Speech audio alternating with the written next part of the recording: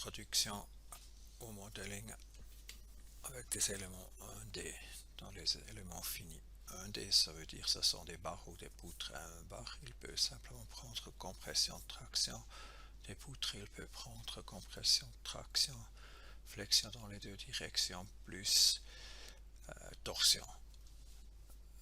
Et c'est aussi en 3D en principe, mais la base de calcul, c'est 1D. Alors, je fais pour commencer une ligne sur cette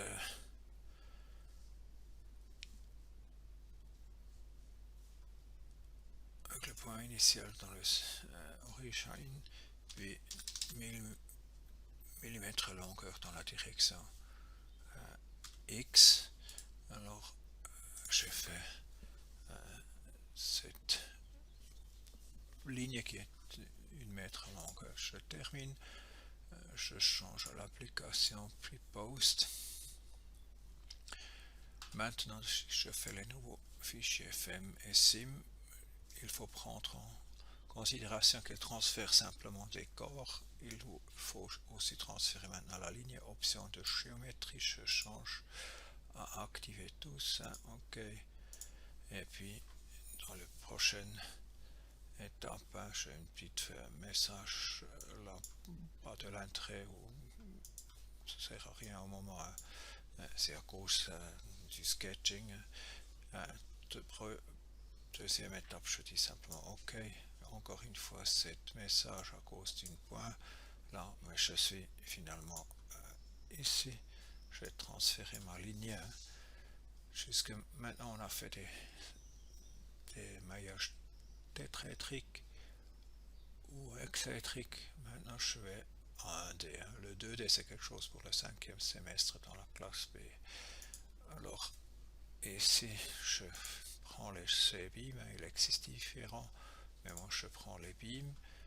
J'ai la chance de faire numériquement combien des éléments je veux sur la ligne ou combien de taille. Si vous faites numérique, faites ici quelque chose qui est peut-être plus grand que mais je fais taille 100 mm longueur, alors ça me donne 10 éléments sur cette ligne. On n'y voit rien, mais si on y cherche là-dedans, il a fait un mèche, c'est ce mèche-là. Maintenant, il faut aussi dire le beam, il est de quelle forme. Alors, la section, ça vous trouvez ici dans la section d'éléments 1D. On y fait une. On a différentes formes prédéfinies. Aussi, on peut prendre une face de solide, mais moi je prends une box. Et ce box, il y a les différentes dimensions. Prendre en considération le système coordonné YZ. Chez moi, 7 va en haut. Alors, je veux longueur 7, c'est la dimension 100 mm. Alors, c'est l'auteur du poutre rectangulaire creux. Par contre, largeur, je veux 50. Alors, dans la direction I1, il a ici en haut la dimension 4. Je veux les 10 mm, mais là, je veux 5 mm. Je peux le regarder avec aperçu, on le voit. Et encore une fois, regardez comme c'est dans le système coordonné ici. Plus tard, je vous montre aussi comment on peut tourner ça, mais au moment, c'est bien, hein, j'ai fait. On n'y voit encore rien. Il faut prendre propriétés physiques et maintenant on dit dans ces propriétés du beam, je fais la connexion entre le maillage et la section. C'est fait aussi, je peux donner le matériau ici, je fais le choix de acier normal. OK. Encore on voit pas encore quelque chose, mais je peux changer touche à droite sur la souris le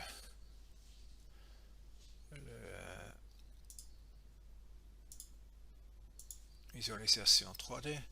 Normalement, moi, je travaille sur visualisation avec des courbes. L'avantage, c'est on voit encore la ligne. Alors, je laisse comme ça. et je tourne ou je change au fichier sim. Dans le fichier sim, j'applique une force sur cette côté, à ce point-là, ou à ce nœud-là, et ici, la fixation sur cette nœud-là. Alors je dis force, dans la direction -7, c'est bien, je prends les 1000 newtons et j'applique ça ici. Faites attention que vous faites le choix du nœud. Alors là, il faut vraiment prendre le nœud à la fin. La force est là, la même chose avec encastrement. J'attends jusqu'à que je vois nœud. Maintenant le nœud est fixé. Je laisse calculer.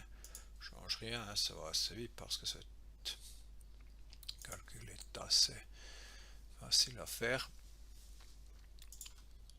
Je regarde les résultats. On y voit le déplacement. J'essaie de le voir un peu de la côté.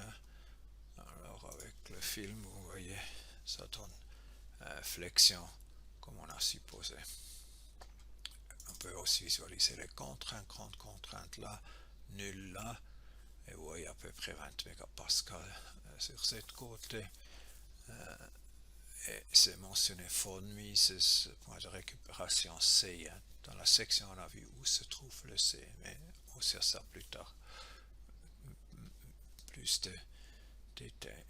Je vois pas quel couple de flexion est actif. Ça, on peut mettre aussi que c'est visible. Je dis calcul, je modifie les attributs dans les case control. Alors, vous changez là à case control. Là, vous avez les requêtes de sortie. J'ai les requêtes de sortie. Je fais active force et là, je dis activer la requête force avec ce paramètre. Je laisse encore une fois tourner l'analyse et je trouve maintenant dans les résultats pas seulement ça ce qu'on a eu avant, mais par exemple force axiale, rien. Moment de flexion, on a 1 million newton millimètre, alors 1000 newton mètres sur cette côté, c'est 1000 newton longueur 1 mètre, et puis ça descend à 0. Alors c'est en principe cette couple de flexion en forme triangulaire qui est là. De l'autre côté, direction, on n'a pas de flexion, pas de torsion, pas de force latérale en direction Y, mais une force latérale, ou appelée ici une force de cisaillement dans la direction -7 Newton mètre. On ne peut pas faire visible des diagrammes, cette visualisation n'est pas encore intégrée dans NX. Alors maintenant je peux retourner sur les contraintes et je prends le contrainte von Mises. Il y en a quelque chose d'intéressant maintenant aussi actif. Je peux regarder par exemple à cet endroit là la distribution des contraintes, grandes contraintes en haut et en bas, ou je peux regarder par exemple les contraintes en direction X, vue de section, à la position que je le veux, et aperçu ici, je vois compression en bas, traction en haut, chacun proche de 20 mégapascal. C'est tout ce que je veux vous montrer. Maintenant, vous faites la même chose vous-même dans les éléments finis et vous faites un calcul analytique de cette déformation.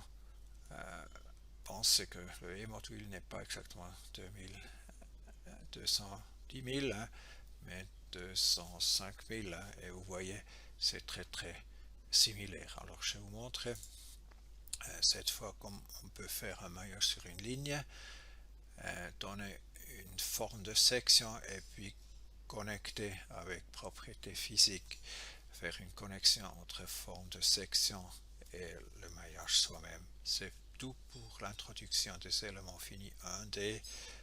Ça avance encore avec plus de détails, mais au moment c'est tout.